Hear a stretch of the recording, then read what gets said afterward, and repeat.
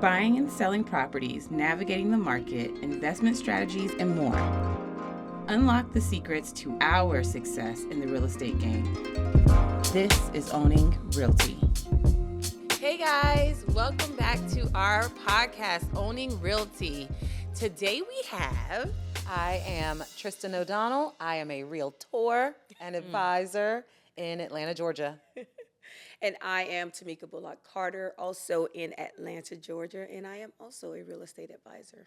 Yep, and I am Lindsay West, here locally in Atlanta, Georgia, and I am a real estate expert. Y'all know I ain't got no sense. I'm a realtor as well. So, welcome to our episode. Today's topic, we are going to be discussing the do's and don'ts of the buyer, right? So, the buyer do's and don'ts, what you should be doing, what you should not be doing when it's time to purchase a home. And so, we're going to start off, though, today with a little icebreaker. And I want to know what you guys did this week or what happened this week, if you have anything that kind of was crazy in your life or funny, silly, something to give me something. All right, go ahead, Tristan. This week, a cat committed suicide at one of my listings.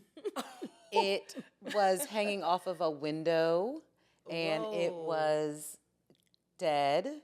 And so the seller, she doesn't live in the home. Somebody sent me a video of it hanging there. And just said, you may want to come remove this cat that smells really bad and it's just hanging from listing. So it's not always peaches and cream. It's not. Is that what? It's not Correct. always. Not always peaches and cream. Oh my gosh. That's crazy. Yeah. So wait, was it somebody showing the house? Somebody showing the house sent me a video. Wow. And Gosh. I was like, this is above my pay grade. So I just reached out to the seller and I was like, I'm sorry, I can't. I just can't. I wouldn't do it. Wow. Okay. That's okay. What Okay, about so you? mine is completely opposite. So guys, complete opposite of that. So guys, just want to let you guys know, Raisha and I are pregnant. No way. No, this is our first. She has been updating us on everything. Tamika, this is. I've had enough. You know what? How does she keep that a secret? We talk about it every I am not day. Are you serious? Dead serious. Tamika. Oh my Congratulations. Oh, my girl. How did you keep this from us? Later, we have a podcast to record. Oh my gosh. Okay. Oh my, congratulations. Yeah. What? Yeah. You didn't even tell You know, this is the second time in a week. Second that she done time played in our it's- face. We ain't gonna talk about the other one. We're not gonna talk about it. Please That's do off not. camera. All right. But- So yeah. Oh my gosh. Okay. I'm Yeah, so yeah, excited. yeah. Tristan's a really good baby name, just so you know, All Tristan. right. Send them. Why you happen to know about Liberty when I said Liberty Exactly. Yes. So. as the baby name. Anyway. All right. Okay. So carry on. Wow. Okay. Carry on. That is amazing. Oh my God. I can't my wait. I guess I can't. Well, I can't say that this is Raisha, can I? To be continued. Okay. Okay. Okay. By the time this airs, yes. Okay. Yes. Okay. Okay. Wow, that's an amazing fun fact. Okay. Carrying on. Whoa. Okay. So, anyway, area. Let's talk about the area Yes. today. All right. What's going on in the A shawty? What's going on with these interest rates? What's going on with the things, the market? What are we seeing? Anything fresh, new? Do we feel anything good? I don't feel like I'm seeing anything that's like fresh and good. I thought that once the feds reduced the rates, that we were going to see the buyers come back out out, more. but they're still kind of treading lightly. Like I agree. they are. I mean, what do you guys think? Yeah. I agree. Yeah. I think that they're taking their time. They're really it's like they almost don't trust it, or maybe they're waiting for more, The rates have dropped a lot, like what, 1% since last year. Yeah. But I think people are still expecting more, and that wasn't enough. Yeah. Yeah. Also coupled with the election. Yeah. That too. Right? Yeah. Yes. Yeah. Mm-hmm. So that's that.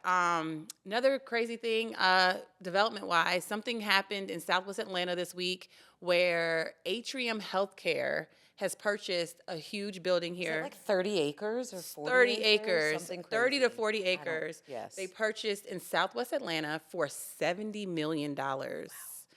That is crazy. Yes. And so anyway, that's something that, you just have to be on the top of your mind, because when you're buying real estate and you're investing or purchasing a home, like, these are things that you need to know about what's happening. Yeah. So look that up. And it just it shows that our healthcare is changing in the way that they decide to plant their feet, or, plant their stuff. seeds. I mean, I also think that, along with the mayor announcing that the revitalization of Weston Mall is truly happening. I mean, they've been saying it for years, but it is happening. Like, all of that happening in Southwest Atlanta is going to bring some energy to it. So that's exciting, and all kinds of other areas as well. Yes. Yep. Yes. So stay All tuned, right. guys. So stay tuned for that. All right, let's go ahead and dig into this episode. It's time, okay? This is something that we've been wanting to talk about for a while, right? Yeah. So I think the biggest thing, like we said, is buyer do's and don'ts when purchasing a home. Yes. All right, so let's get into it. Give me a do first, Tamika. All right. So one of the do's is buyer consultation and getting pre-approved. It is super important for you guys to have a buyer consultation to understand the process from start to finish in terms of what it takes for you to get started with the home buying process, all the things that's included in that, so that you can, so that you're knowledgeable of every step of the way as we navigate through that process. Yes. And some things we may, reiterate, but we definitely want you to know what's to come, because even if you bought before, things are different. You may have forgotten, what that process looks like. And for us, we just want to make sure that we give you all the tools and information necessary for you to be comfortable with the process. And I think it's easy to think that you have gotten all the information from the internets and the Googles. TikTok. And to say, like, I've had someone just call me like, I'm ready to buy a house. And I'm like, whoa. Let's slow down. Right. This is very, very, very important. It's the biggest purchase you're going to have. Let's sit down and really talk about what that means to you. Like, why are you buying? What do you want to buy? Where do you want to buy? Is this long-term? Is this short-term? Right. All the down payment programs, all of the everything. We'll get into that as well. Yeah. But really take your time and do the consultation no matter what. If it's your first time or your third time, things have changed. Absolutely. And coupled with that, getting pre-approved, you have to get yourself out there in front of a lender to look under the hood, is what I like to say, and find out what is going on in your financial life, right? Like, we know that your mind wants to buy a house, your body probably wants to move, but we need to make sure that bank account can move and that credit score can move, and that you have the expectation financially of what that payment may look like. Right. And you also become more of a serious buyer to a seller looking if you come with a pre-approval. Like, I don't even know that sellers or anybody are going to take you seriously without having a pre-approval. It is kind of a standard expectation at this point in buying a home in real estate. Absolutely. All And, right. that means us first as Can't write a realtors. letter. Yeah, Yes. you Can't cannot write an offer without the letter. without that pre-approval letter. Yes. So let's all get that done. All right. So I'm gonna bring up a don't. Do not think that this is your parents' purchase from 30 years ago or your grandparents' purchase. I want to repeat that one more time for the people in the back. Let's not think that this is your parents' purchase or your grandparents' purchase from 30 years ago. Or even your friend's purchase from 2 years ago. 2021. Correct. Correct. Every month is different, slightly. Every year is different. So, yeah. Yes. It's your own individual experience. It is. And the things that may have worked then doesn't necessarily mean they'll work now. And really being open to listening to your realtor and advising you on that. Yes. It's okay to ask those questions because your parents told you X, Y, and Z. It's okay to come with those questions and try to get them, busted or debunked. Right. But at the same time, like, keep in mind, this is a totally different experience. And so that's why, again, it's so important to do the consultation. So that's a great don't. Just keep that in mind. What else we got? All right. Remembering the closing costs. Remember, I mean, people always think down payment, and they come to me and say, I ask, how much money do you have for this purchase? And they say, well, I have $10,000 that I've saved for my down payment. But I'm like, is that $10,000 for the down payment?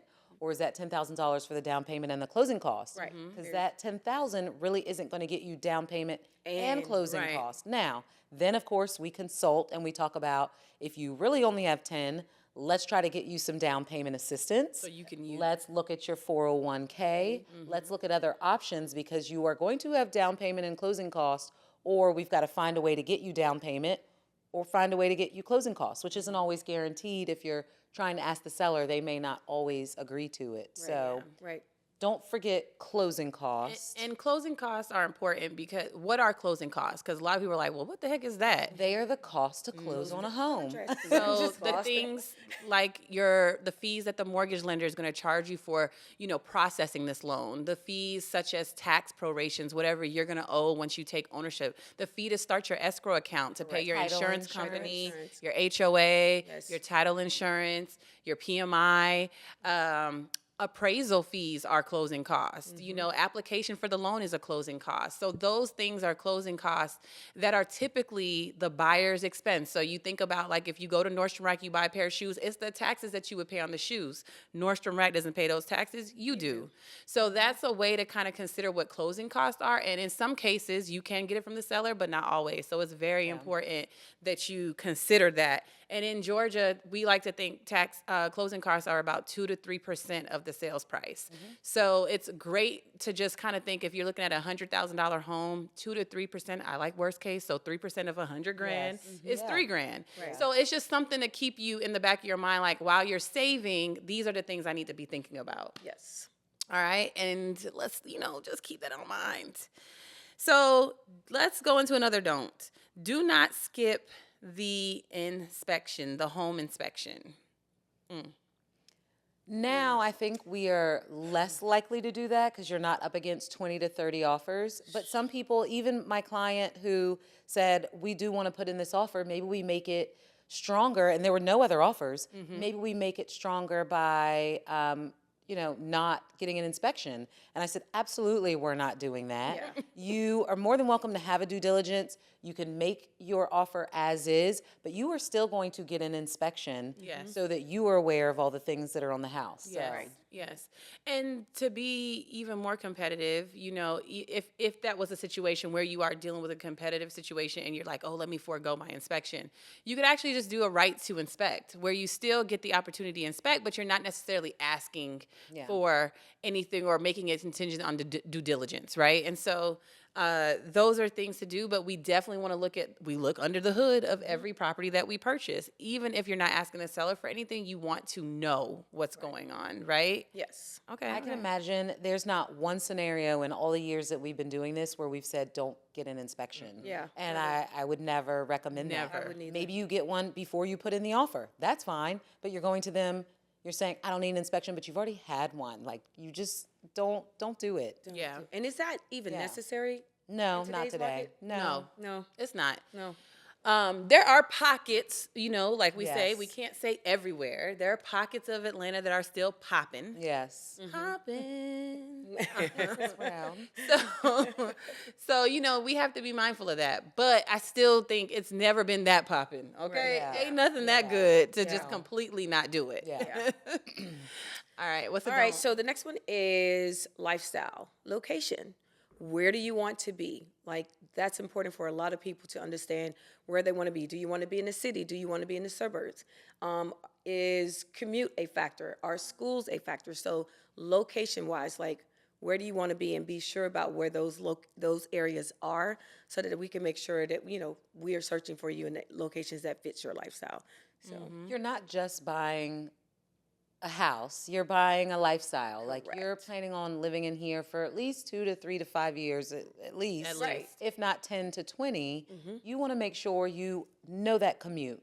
You know what is around you. I always tell my clients, drive it at night, see the traffic at rush hour. Drive by the house before you close on it when it rains, to see not even just your house, but the location, and does it end up flooding? Not that it's in a flood zone, but how does it look? How does it look at all times of day and night? How does it look from the front, from the back, from the side? Right. Side. You're getting the feel for it. Front, back, side to side. Rain, the sun, the snow, the everything. The Yeah. activity. The Yeah. activity in the How neighborhood. the neighbor. Yep. I'm Yeah. always Activity like, in the go on a Go. Saturday, go on a Friday night. Listen, Yes. Go on a Friday night. Go on a Sunday. Go on a Sunday morning, Yes. evening. All Like the I time. always tell my clients, drive by, get familiar. Stalk the house and the Stalk it. neighborhood. Stalk it. I did. Yeah. I certainly did. And the like you said, the lifestyle. Like Yes. maybe even if you could join a Facebook group for Yes. the Sure. neighborhood, right? Like before you purchase in that neighborhood, so you can get an idea of the community feeling. Are you gonna feel like you want to interact with your neighbors and the people who live Yeah. around you? Absolutely. And See what else is coming up in the neighborhood. developments. See all of You it. you could change a lot of things about a house, but you Yeah. cannot change that location. No, indeed. Location is such a big deal. So do not sleep on your work on the location. Yes, Right. do. Sleep. Yes, It's do a not do. It's a do. Location, Do. location, location. It is a do. Okay, here comes my don't. Don't quit your job.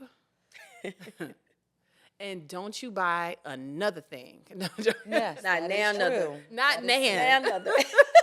People say it all the time. Like it's the thing. It's like don't open a credit card. Don't buy a car. And people still do it. So still do. that's why we are saying it again now because Do it not. still happens. It's such a People big still deal. quit their jobs the day of the closing or the day before the closing. Yep. And they're going to yeah, check. Yeah. They're going to check. check. Yeah. They're going. There's one more scrub. They will call your job the day of they to will. make sure Yes, they you will. are still Still working employed. there. Yes, they will. Yes. Indeed. So that's like major. Do not go and open up a new line of credit. Don't go, getting a new credit card, getting a brand new car, Yeah. financing the sofa. Yeah. Do nothing. Right. And it doesn't mean that you can't, but you need Correct. to ask. Like maybe your scenario will let you go buy 2 new cars while you're buying a house. Okay, great. But you need to ask first. Before and you I've had move. people call me and say like, "Can I buy this car?" And I'm like, we're a team here. Let's call your lender and see." And the lender's like, "Yeah, that's fine." Sometimes you have to do those things, Certain but you things. need to ask your team. Yep. Right. We are your team. We are the Come team. to us first. Because sometimes they may say yes, but sometimes they may say no. Yeah. And you can do it Yep. later. After you purchase your house, go right ahead. Yep. After. The day after. The day after. Don't say we said that. But anyway, yes, so those are pretty much our do's and don'ts. Like, I think that those are the main ones that we run into often. Yeah. Yes. And so that's that. Let's get some more information from you guys. Maybe you had an experience that you did a do, or you can chime in and say, I did buy a new car while I was buying a house and it wrecked everything. Let us know in the comments and how you were saved. Hopefully you still got the house. I pray. All right, guys. So we have added a new segment. It's the Q&A section, the question and answers from our audience and our viewers. So thank you so much for tuning in, listening, and dropping your comments and questions. So Tamika, hit us off with a question. All right, guys. So listeners have asked, I'm a first-time home buyer with a small budget. How can I compete in today's market when cash buyers and high bids are common? Well, can I answer? Yes. Okay, so I think that in this market, actually, we're not seeing as much competitiveness. So rest assured, you can sleep a little easy. We're also not seeing a whole bunch of cash buyers. No. So I think that's something that you don't necessarily have to be concerned with in today's market today, right? Like, don't play this video 5 years from now and be like, well, Lindsay said, because I'm talking about right now, currently. And so being competitive means getting pre-approved. These are the things that you can do, though, even in this market, is making sure that you're pre-approved, making sure that you understand the need for your contingencies, and really not asking for the most, right? Yeah. Maybe not asking for closing costs is some way that you can be competitive, not asking for 30 due diligence days and being more, realistic and asking for maybe 2 or 3. Consult with your agent about that. And they oftentimes give you ideas on how to be competitive. But those are some. If you're pre-approved, Right. you can actually be underwriter pre-approved, which means you can actually close in 2 weeks, which sometimes people want that time over money, money. and they're like, okay, do I want to wait 30 more days and some what ifs for $5,000 more, or do I want to take this offer right now that is a nice, clean offer that can close in 2 weeks and I'm done. Right. So sometimes it's not monetary things if you are in that predicament that are going to make your offer stronger. It's the terms that you're presenting. It's the way that you're presenting. It's the way that your agent is communicating that will make you win bids over others that may be slightly looking better from the outside. Okay. Yeah, so that is a segue into this question. Is it better to invest in a fixer-upper or move-in ready property for a first-time investment? What factors should I consider? I would like to say, which I say often is, you can't generalize that, right? Like everybody's situation is different. Yes. Some people can have the money to get a fixer-upper and do the repairs and are knowledgeable about fixing door frames and things like that, and some people are not. Some people can qualify for a renovation loan, and so they don't have the money, but they can get a renovation loan. Sometimes if you really talk to someone, they're like, I've been watching HGTV, I do want to renovate my own, but their lifestyle is like, I'm a doctor, I'm a nurse, I'm a flight attendant. You don't have time for it. So where it sounds good, it may not. So I think when you ask that question, it really is very individual, and your agent should be able to talk you through, like, well, why do you want to do that? It's like therapy a little bit. Yeah. What makes you want to do that? Are you sure you want to do that? Let's talk about the pros and cons of it. So that you're informed. but Yes, there are let's unpack definitely that. pros of it. You're building your own equity, right? You're forcing it. Yeah. So Yeah, I think if you decide to do those things, again, talk with your agent. Yes. There are pros and cons, and yeah, I mean, pros are you could build some great equity. It is a great opportunity if you've lined everything up properly.